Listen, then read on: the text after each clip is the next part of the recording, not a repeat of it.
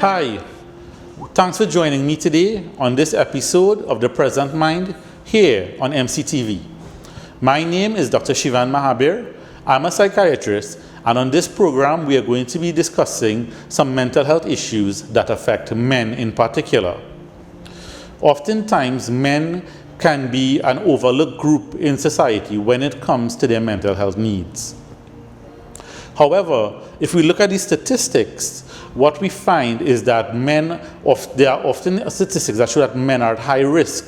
For example, 3 times as many men as women commit suicide every year. And Mental Health America says that there are 6 million men in the US diagnosed with depression and 3 million men diagnosed with anxiety. And these figures are probably only the tip of the iceberg, because help seeking among men, especially for mental health issues, is not something that is often done. So, what other things let us know that men are at higher risk for mental health issues? Well, men are more often victims of violent crime as compared to women. And men oftentimes have higher rates of substance abuse than women do. However, despite all of this, men are much less likely than women to seek help for mental health issues or to be referred for help for mental health issues. And why do we think that this might be the case? Well, a big part of it is that growing up, we were all given certain ideas about how men should deal with stress and their emotions. I'm sure we all know persons that have been told, suck it up, crying is for sissies, or only wimps show emotion. These unhelpful messages can lead to toxic masculinity, where men do not know how to effectively and helpfully deal with their emotions, and rather they act out in negative ways. Within society, people also have a lot of stigma when it comes to men and mental health. Some of the opinions that have been expressed by persons in society include, I would not vote for a man if I knew that he had depression. And feeling that persons dealing with mental health issues, particularly men, are more dangerous than other people. Now, men and women can show depression in different ways. Men tend to externalize, and that means they act irritably or aggressively, or they look to things such as alcohol and drugs to cope with their symptoms, because they do not know how to cry, they do not know how to express their emotions with words. Women tend to internalize their emotions, so they are ones that become more withdrawn, they cry more, they stay more by themselves. But they're also more comfortable asking for help. We also know that men will go to the doctor and complain about physical symptoms that may arise from anxiety or depression, such as headaches, tummy aches, weakness, and fatigue. So they're more likely to go to the doctor and complain that they are having physical symptoms rather than mental symptoms. And as doctors, clinicians, and practitioners, we need to be clear in our mind that when a man comes in for these things, especially repeated visits, we should screen for depression, anxiety, substance use, and other mental health issues. If you are worried about someone, or particularly a man, and you're wondering how can you help them, there are certain things that could be helpful. And the first thing is just to let them know that you are there and lend a non-judgmental ear. Let them speak to you and encourage them to be open about what they're feeling. Persons with those conditions can sometimes find it very difficult to reach out to others. So you can reach out to them by keeping in touch with the occasional text message or phone call, just to let them know you're there and to encourage them to speak to you. You can offer to go with them to seek help if you think that it is needed. You can look for local support systems, such as support groups or mental health practitioners in your area. And if there are any groups that are specifically dealing with men, this may be very, very helpful. And always, if you are looking after someone who is suffering from mental health issues, please remember that it does take a toll on you as well. So do look after your own mental health. We're going to go to a break now. When we come back, we're going to be joined by a very special guest, Ms. Glendora Ashley, from the Lilly Foundation for Human Development, which is based in Tobago. They have been doing a lot of work regarding mental health and also doing some work specifically with men and boys. So please stay tuned, and we'll be right back on The Present Mind here on MCTV.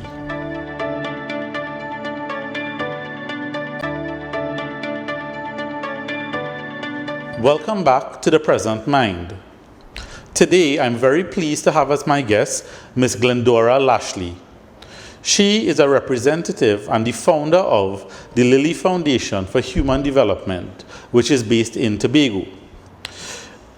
The foundation was formed in 2009, and it deals with holistic education initiatives aimed at young people and school-age children.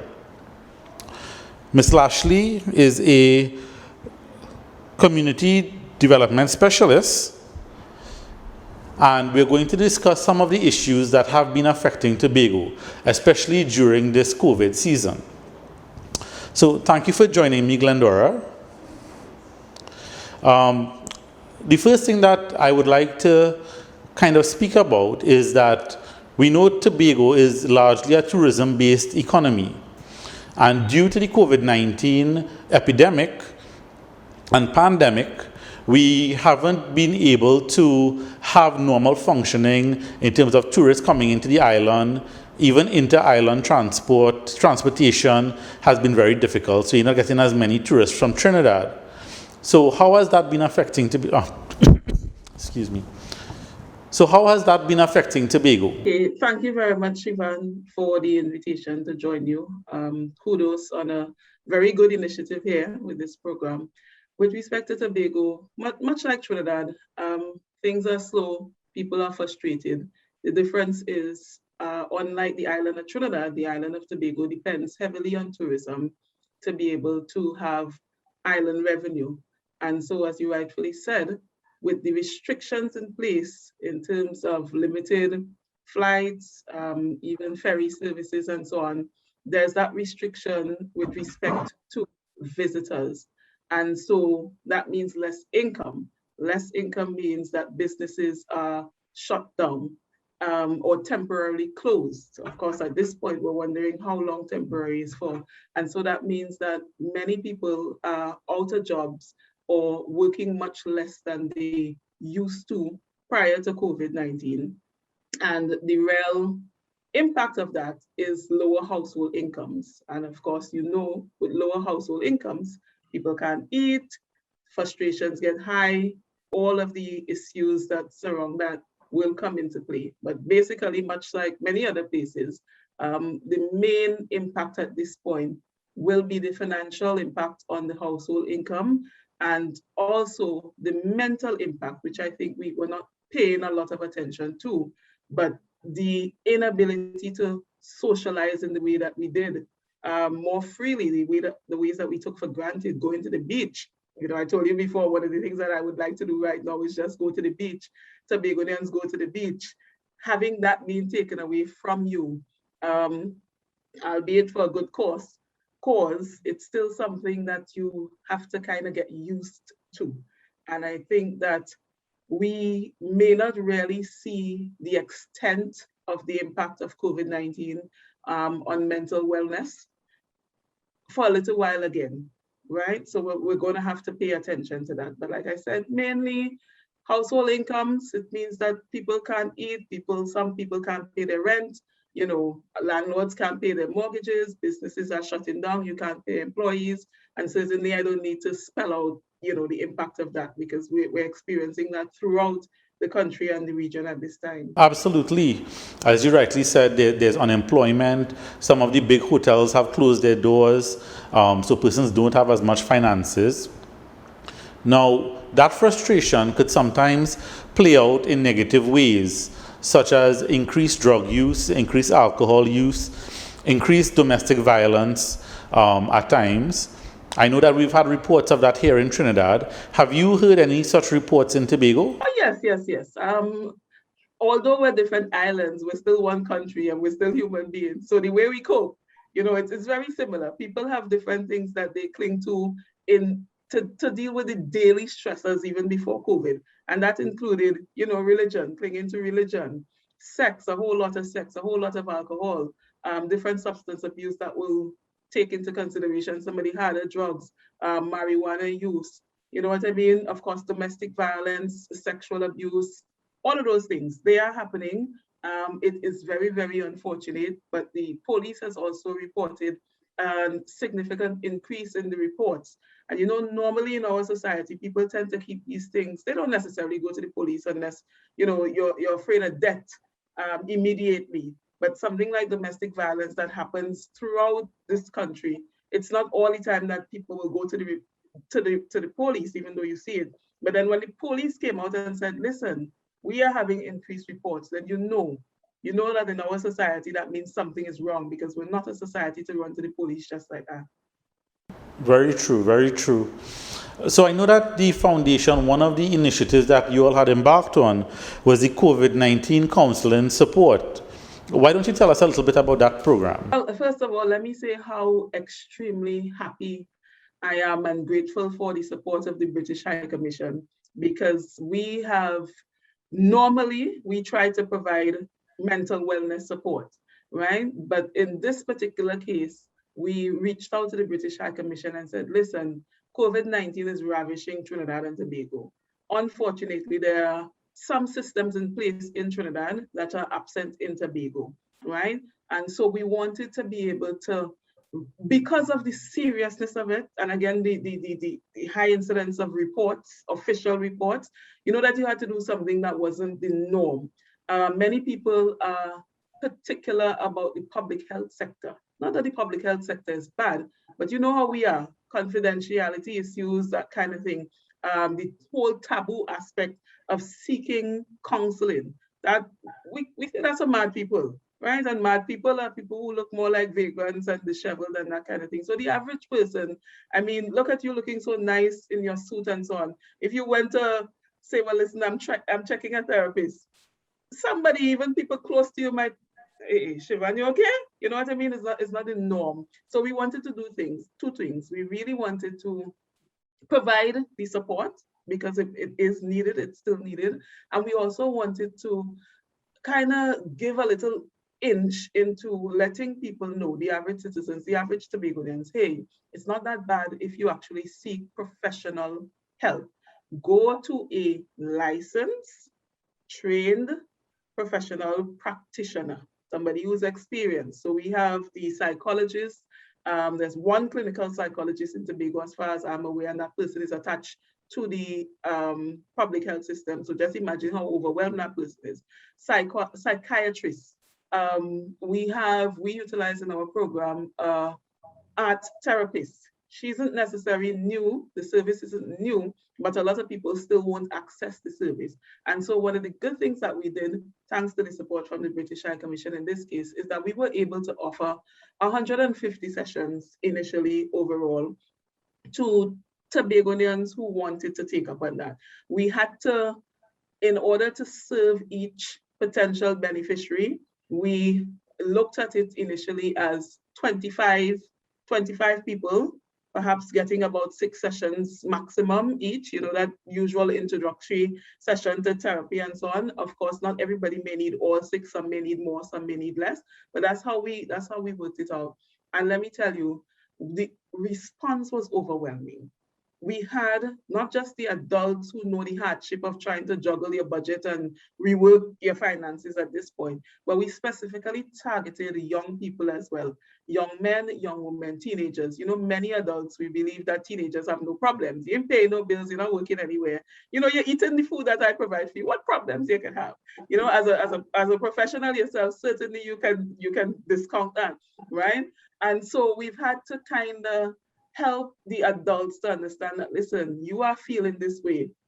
Have you thought about the impact on the child? And of course, it's difficult because as the adult trying to navigate this crisis, you don't really have time to think about much other than holding it together, right? And so sometimes thinking about the children in that respect may be frustrating, especially given the context of how we are raised in Trinidad and Tobago and the region. We're not necessarily raised to embrace youth and children as if, you know, they are to be respected individuals, and we take into consideration their feelings. So that aside, we've had the young people, we've had as young as age 11, if I'm not mistaken, come to the program. We've had quite a few teenagers. We've had people who were at risk for suicide, suicide ideation as well. That's a big thing now that I suppose in our society we had not considered before. You know, if you look at the statistics for suicide in Tobago, barring possibly one, I don't think that we actually have, you know, that many or those that are known. So that's a new kind of thing for a Tobagonian to consider. It may be a bit more prevalent in Trinidad in terms of comparing both islands, but with respect to Tobago, people are still, nah, you know, what are you talking about? That can't happen here, that kind of thing. But when you talk to younger people, and this can be because of the impact of media and so on, the ideation is there. And that was an area that we needed to explore. And so through the counseling support program that we did with support from the British High Commission, we got those beneficiaries that we were targeting. Unfortunately, we were oversubscribed. It was overwhelming. The funds ran out, so we can't necessarily take any more. And we're still trying to see if we can find additional funding to really supplement, because many people need continued help. And as you will be aware, it may sometimes be a bit more dangerous to get someone started, have them open up to a therapist or a practitioner, and then they can't necessarily continue. What we try to do in this case, in terms of pre-planning for that, is that we try to work it where there will be a referral into the public health system, because there are mental health clinics in Tobago, and our professionals here are good. They're dedicated to the job and so on. The system, unfortunately, is what it is. The taboo culture that we have, that is what it is. And so it's a work in progress to get people to appreciate that, listen, I can walk into the Scarborough Health Center and go to the mental health clinic on Friday morning or whenever they hold it and feel okay, not feel lesser than. So we're working towards that, and we were able to keep that in place for those who will need extended support. But of course, we are dealing with the reality that there are some people, when it hits them, that they have to go publicly as opposed to privately in your own space at your own time. That is a challenge. But we have decided we are going to take it on. Hopefully, through the work that we've done so far, we will be able to convince others that this is something worth supporting. And more than that, convince those who are actually in need of the help to just recognize and take that step that, hey, maybe I can go to a private counselor, right? Maybe I can go on a weekend when I can choose my own time. The places that some of these offices are, they're not so much in the open, in the public, where everybody will know that's where I'm going. You understand? So it's about really sensitizing as well Tobagonians, and by extension, anybody who really views the work of the Lilly Foundation for Human Development, to recognize, for us here in the region, seeking professional help is a good thing. Nothing is wrong with you if you seek the professional help in this instance. You raised some excellent points, including the fact that stigma is still something that we are battling in Trinidad and Tobago and worldwide, and the fact that, you know, we need to have a proper way to close off therapy, because if you do it prematurely, it can cause some lingering effects. Now, you've done a lot of projects, and your projects are available for persons to look at on your website. But before you go, there's one other project that stuck out to me, and I was hoping you could speak to me a bit about it, which was the Young Men's Program. Could you tell me what the Young Men's Program entailed? Okay, so the Young Men's Program really, when we started initially, we saw that young boys between the ages of, let's say, 11 to 21, boys into men, that niche is sometimes overlooked. So when you look at parenting, and this is a generalization, of course, right? We place a lot of effort into how we parent our girls. We place a lot of attention. Okay, you have to learn to cook, you have to learn to clean, press, be able to take care of the home, do certain roles in the home, and even how they dress, the hygiene, that's a big thing for girls. When we look at boys, and we've asked them, growing up, were you taught how to shower properly, how to take a bath properly?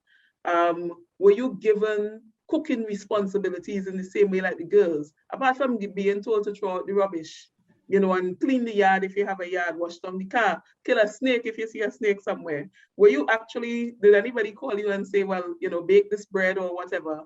That's a no-no. And so when we looked at that, we always wanted to do something specific to how we nurture boys. But as you will be aware, there was not any real interest in that worldwide, really. People didn't care about that.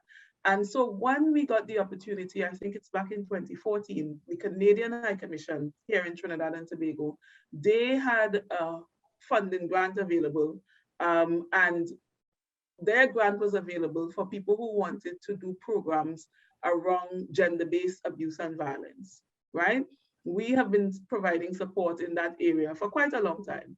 But when we looked at it, gender-based abuse and violence really oftentimes translates into violence against women and girls, right? People forget the boys and the men. And so we put in a program there, and we took the time to bring boys and men together as part of the program, right? And all of this is on the website. You can see the videos that we did, the round table.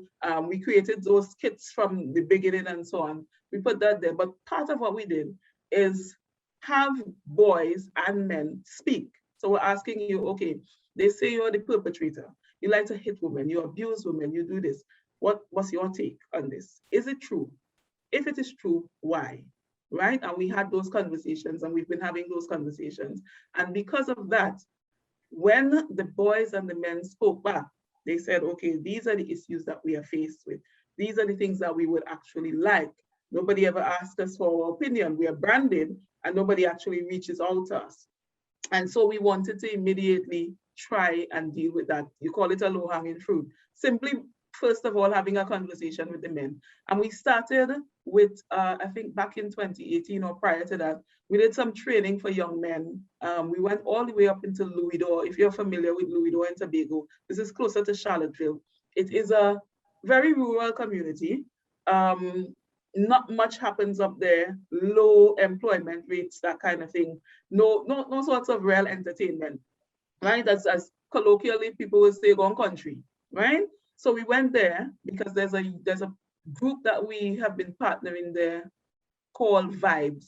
Not Vibes, sorry. Louisdor Rising Stars. This is run by Venus O. And she has a lot of young men in her program. We went there and we utilized some of those young men, and we had some training with them. We brought a trainer in from the UK, Michael Hamilton. We also asked the then Secretary for Sport in the Tobago House of Assembly, Jomo Pitt, to be a part of that, because you wanted to show the young men that, listen, we're not only bringing training for you, but we're bringing somebody who is an influential person in the society to talk to you about the issues that they have had, what they know about. Man to boys, talking about the real issues that nobody else ever talks to you about. Relationships, women, licks, girlfriend, money, you know, all of that thing. And that worked so well. And that would be very, very, I'm saying that would be very valuable training for young men. As you say, when we talk about gender-based violence, it oftentimes by default goes to violence against women. And we sometimes forget that men can be victims as well. Now, I have to leave the conversation here for today, but hopefully another time we can speak about some of the other great projects that you've done. Thank you very much for appearing on the show today. We really appreciate it. Yeah?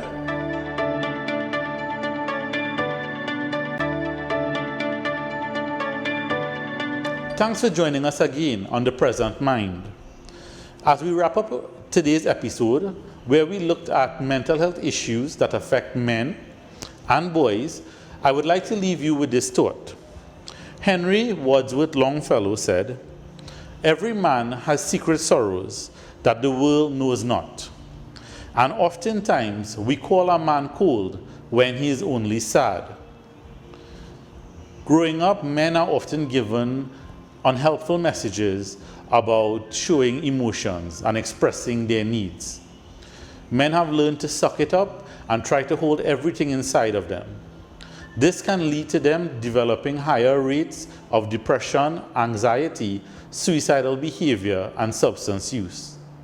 Let's try to change that message that we are giving to our young men and boys and help them to be able to more effectively express themselves in a healthy way.